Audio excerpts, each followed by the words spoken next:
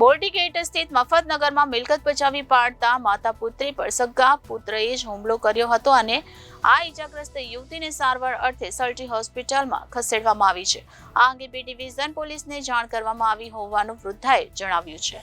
ભાવનગર શહેરના બોરડી ગેટ વિસ્તારમાં આવેલ મફતનગરમાં રહેતી એક વિધવા વૃદ્ધા તથા પુત્રી પર તેના સગા પુત્રએ મકાન બચાવી પાડવા હુમલો કરી જાનથી મારી નાખવાની ધમકી આપતા ઈજાગ્રસ્ત યુવતીને સારવાર અર્થે સલટી હોસ્પિટલમાં ખસેડવામાં આવી છે. આ અંગે બી ડિવિઝન પોલીસને જાણ કરવામાં આવી હોવાનું વૃદ્ધાએ જણાવ્યું છે. શું નામ બેન? દેવબેન. દેવુબેન, કઈ જગ્યાએ રહો, શું બનાવજો? બોરડી આટ રવિશ સાહેબ મેં પ્લોટ નંબર 7 ની પાછળ મહાત્મા ગાંધી સોસાયટી અને 7 ની પાછળ મફતનગર. શું થયું બેન? રાતે એમ મા દીકરી ઘરે હજી કાલે જ આવ્યું છે. હા, 8 દીથી અમે બહાર હતા. ઘરે કાલે આવ્યા અમે જમીન પૂતા હતા. 9 વાગે દારૂ પીને આવ્યો તો દીકરીની ઉપર ચડી ગયો, ગળકી દબી દીધી અને મને ધક્કો મારી નાખી દીધી. એમ કે મારી નાખી, હું મારીનો જીવ બચાવીને ભાગી સાહેબ. અમને આ અવરનવર આ કેટલા 17 વર્ષથી આ દીકરો બહુ હેરાન કરો. તો અમારે એમ કે આજ સમજ છે, કાલ સમજ છે, અમને અમારા મકાનમાં રહેવા નથી દેતો. મારા ઘરવાળો મરી ગયા એના ત્રાસમાં. શું નામ છે હેરાન કરેનું? એનો આખો કબજો જોતો છે. પણ નામ શું છે હેરાન કરે? દીપકભાઈ. દીપકભાઈ. એ શું થાય તમારા? એ મારો દીકરો થાય. કેવી રીતે હેરાન કરવામાં આવે? હેરાન કરવામાં અમે સૂતા હોય ને તો અમને મારી નાખવાની ધમકી દે તો તમે પોલીસ સ્ટેશન જાય છે તો પોલીસ મને 2 દિવસ પૂરી દેશે, પછી મને છોડી નાખશે તો હું તમને મારી નાખીશ. પોલીસ કે આખી જિંદગી મને જેલમાં નહીં રાખે.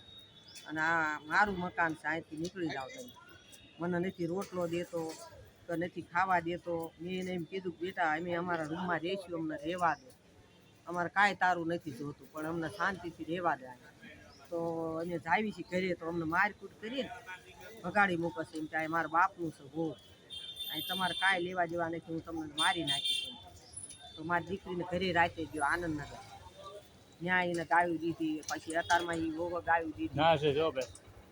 એને ગાયું દીધી. પછી મારો નાનો દીકરો છે ને સાહેબ, હા, એ રહે છે રાજકોટ. એને માર્યો તો રેલવે સ્ટેશન છે, સામાન લેવા આવ્યો હતો એને દિવાળીમાં મારી, એને ભગાડી. બેનને કારે માર્યું ને કેટલા વાગે માર્યું બેન? આ બેનને 9 વાગે મારી. શું મારે એટલે શું કર્યું બેનની સાથે? ઉપર ચડી ગયો અને ગળકી દબી દીધી, મોઢું દબી દીધું અને ઢીકાન પાટું માંડ્યો મારે. આ વિશે તમે પોલીસ ફરિયાદ કરી બેન? હા કરી છે. શું કહેશે પોલીસ તંત્ર બેન? પોલીસ મને એમ કહે છે કે તમે કલેક્ટર ઓફિસ મારી કેસ નોંધાઈ નાખો વકીલ રાખીને. મારી પાસે સાહેબ પૈસા નથી, હું વિધવા બાઈ છું, હું ક્યાંય પૈસા કાઢું વકીલ રાખો.